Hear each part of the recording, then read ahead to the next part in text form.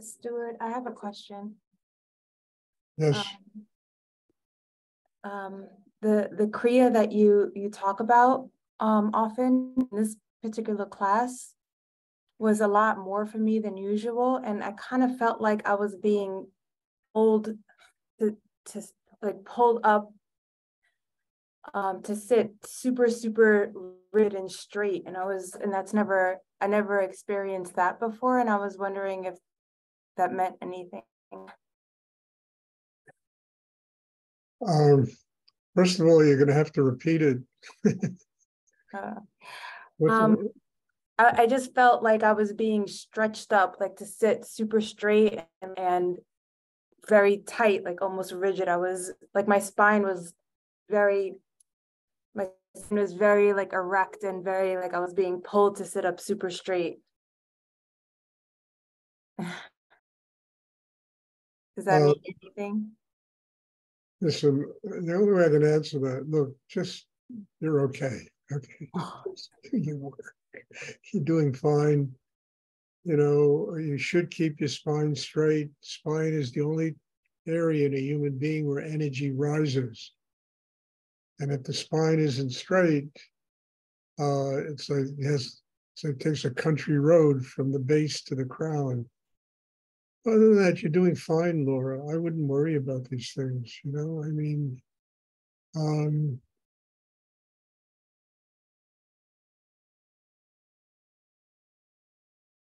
okay, thank you. Look, when you do this kind of meditation, this kundalini yoga practice that we do, you're going to have so many divergent experiences of the way the energy flows, how it manifests, you know, how it really, you know, nurtures you inside, how it fixes you inside. And you don't have to worry about every little experience, you know. There's going to be things that never make sense, and there are things that are going to make a lot of sense. But everything has a purpose. And mostly the purpose is to unblock you inside so that energy, Shakti, can flow through your system and nurture every single part of you. But you don't have to, you know, if you have an experience that's a little bit different, you don't have to get into analyzing it and what is it and why and but. Just open and surrender it, let it go, because behind that experience, there's going to be 100 others that are going to be very powerful and help you to go very deep inside yourself and to open. You know, and there'll always be, I mean, even now, after all these years, I have things happen that I don't even think about it anymore. I just take it inside, absorb the energy, grow with it, and allow it to nurture me, allow it to change me inside myself. I mean, these are the most important things, not if you have a dream, don't worry what the dream means. Take the energy of the dream inside you. Let it work on the chakra system. Let it help you to grow. What it means, you know, you get 100 people, you're going to get 100 interpretations. And that just is mental stuff, and it exhausts your energy and exhausts your mind. But just taking the energy, the raw energy of experience, of Kriya, of dream experience into your system, all it will do is help you to grow. It'll just nurture you and take you deeper into yourself. So I wouldn't worry about these things or get even involved. Just open and absorb the energy. The meanings, who knows what these things mean? Who knows? They've been trying to figure these things out mentally for thousands of years, and nobody's ever come to an answer. It's really amazing. Because they're not supposed to. It's energy. It's just pure energy. And energy is very nurturing. And when used consciously, it really is the path to God. And you get down to a simple fact, everything in this universe is energy.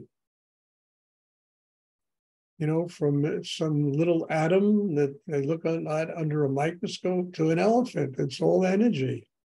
A plane, a car, it's all energy. And human beings cut themselves off from that energy. In many cases, they're afraid of it because it will transform them, it'll change them. And, they don't have a system yet that enables that to happen, to undergo transformation, change.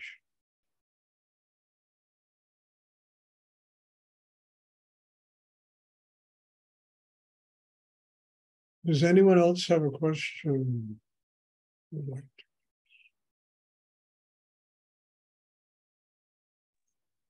Hi, Stuart. How are you? I have a couple questions and they pertain to energy. I wanted to ask, do you have a practice to protect your energy, to protect your field when you're out in the world? Yes. Yes. If I didn't have that process, I would have been dead 50 years ago. First of all, my system inside is very, very strong. If negative things are sent to me, my system today can transform 90% of them into Shakti, into Chi, into, energy. It took years to develop that kind of capacity. Healing is that. I always warn people about trying to play healer. You put your hand on somebody, you take their negativity inside you. If you don't have a system that can burn it up, that can transform it, that negativity will grow and it'll eventually do damage to the healer. Most healers never look very healthy. They really don't. And I know this from the first time. Well, I've told this story a billion times. The first time I was ever asked to try to do healing on somebody, it's when Rudy asked me to do it. He had a woman in the back of his gallery who, had a very serious cancer. And I'll never forget, he asked me, Stuart, I want you to go back and work with her. And I had watched him do that kind of work, and I knew the techniques, but I didn't know how powerful it was. And I went and put my fingers right on her third eye. And I tried, all that negativity from her was coming into my system. I tried to bring it into the core and transform it. I did not have the inner strength to do that. And I literally collapsed. I fainted at her feet. I fainted. It was too overpowering. And Rudy came back and he started smacking me. And he finally got me up and he said, just go walk around the block 3 times, But it was an amazing experience for me because it showed me how careful you have to be when you try to do healing work with other people. You can poison your system. Told me something very interesting. He said, Stuart, you're always going to be able to heal. He said, what you got was like a cholera injection. You got the disease in order to get rid of the problem, So I went through that. I didn't intentionally go through that. I did it out of innocence and of kind of schmuckiness, thinking that I could absorb that amount of tension that comes from somebody who has cancer, that negativity. And it didn't work. And it did work. It didn't work because I fainted, literally fell at her feet. It did work because, as Rudy said, it was like getting an injection for cholera. They give you the disease to get rid of the disease. So yes, you have to build that in yourself. And there's so much negativity in this world. It's endless, so many idiotic people that are all right, killing each other, hurting each other, conquering each other. It's just insane, You need to have a system that's really powerful so that negativity doesn't take over. And this is something that you can't take for granted because it goes on everywhere. In where I live, in this country here, you can't go to a shopping center anymore. You get shot. Some 17-year-old kid will come with a gun, an automatic weapon, and kill people. I mean, that kind of tension, even if it never happens to one, you need to have a system that's strong enough to transform it so that you don't get eaten alive by just the tension and the possibility of these things happening.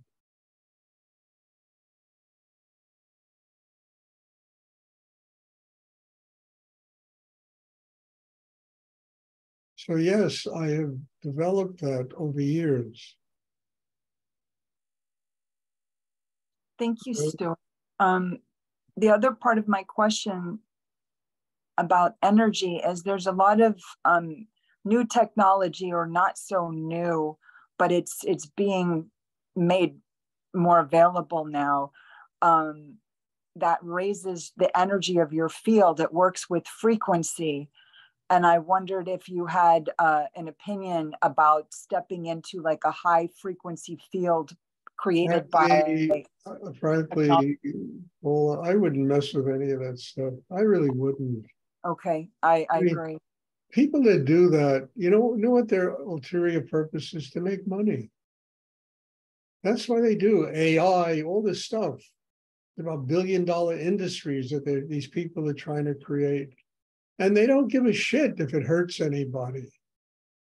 They really don't, I mean, I wouldn't mess with that stuff. I mean, if you learn how to breathe properly and use your mind properly and stay centered, it'll give you more power and energy in yourself than AI technology. It will. Without all the after effects and side effects of, what you experience when you go through that. I mean, look at these people that got in some submersible boat and are going to go to the Titanic and the boat blew up, Yeah. I mean, it's,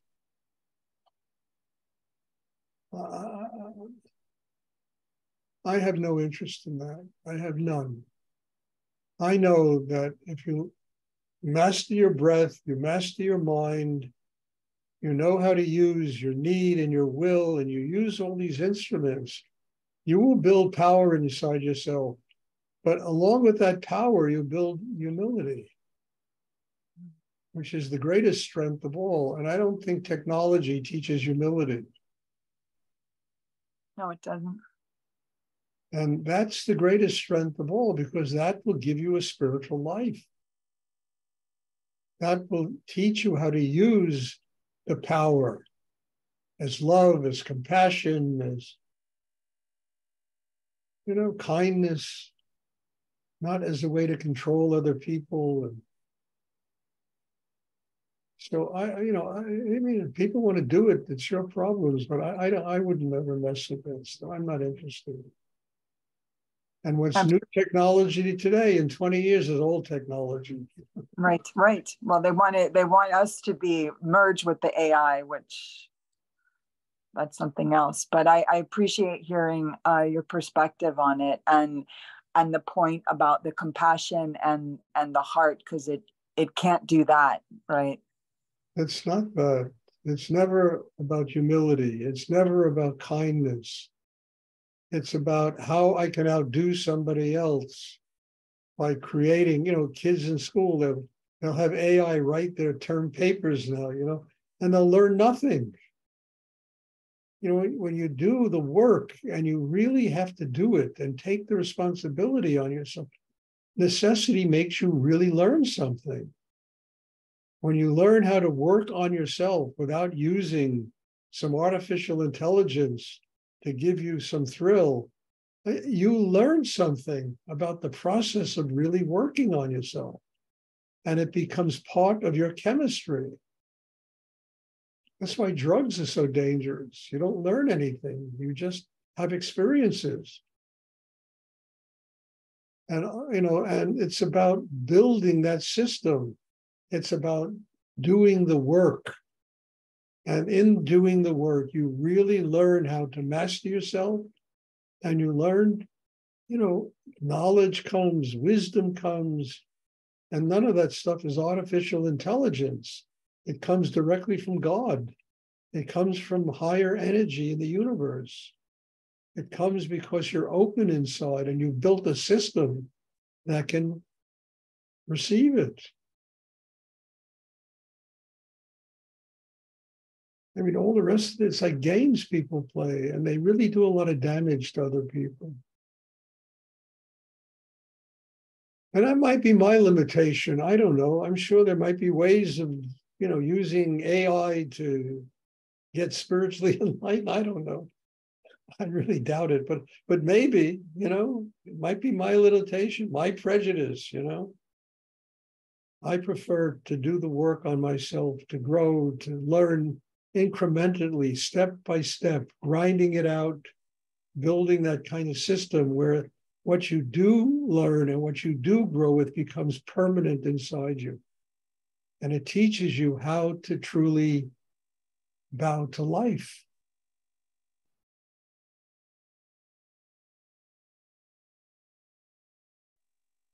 Does anyone else have a question? Thank you, Stuart, so much.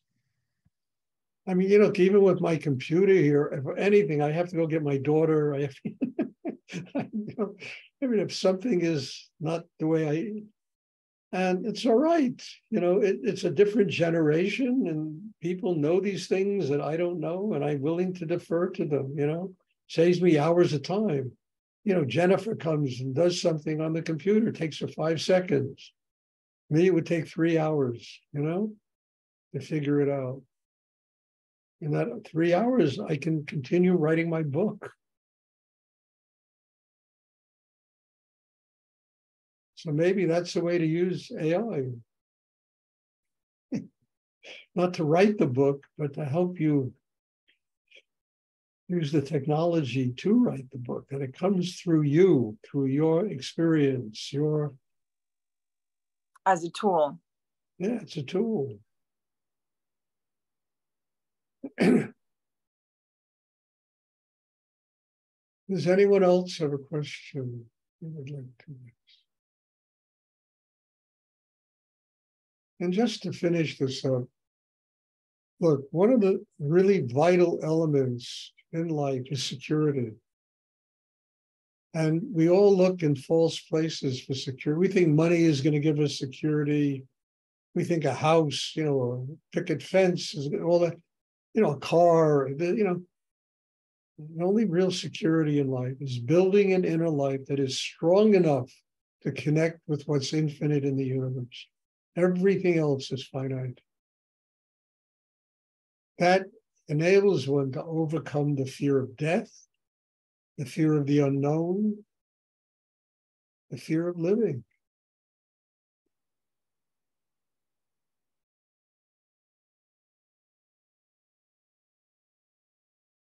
I mean, I've said it before, I'll say it again. I remember listening to an interview with Bill Gates. I mean, guys, I think probably one or two richest people in the world or something, worth, I don't know, how many hundreds of billions of dollars, whatever. And he's talking about how he can't sleep at night because he's afraid, the next day his empire is going to be gone. I mean, what the hell is the purpose? To be worth $200 billion and you can't get a night's sleep because you're afraid it's all going to be gone tomorrow. And this is AI. This is, technology. These are these people, You look at them, the guy that runs Amazon, he looks like he's a Martian, for God's sake. Looks like he comes from outer space. The other guy who runs Facebook, also, you look at these people, and you don't see a heart. There's no heart there. It's all brain, power.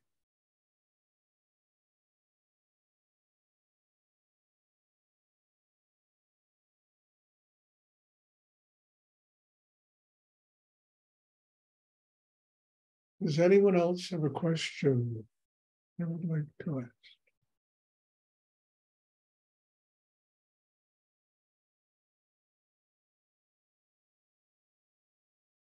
I'm happy to say in my book, thank God for technology, using a computer to write it. I'm on number 99. I have 9 more to do and I'm finished with this. 108, sacred number.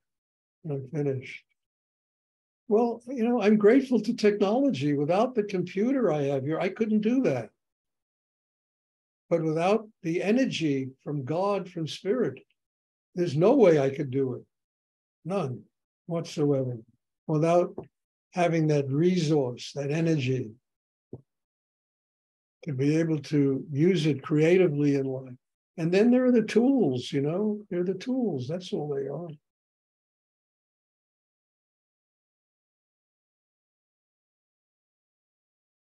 And I can't tell you how much I have learned from writing this book. It's amazing how much I have learned doing this. Does anyone else have a question you would like to ask? Okay, well, God bless you all. I'll end with a smile. Thank you. Thank you for being in my life.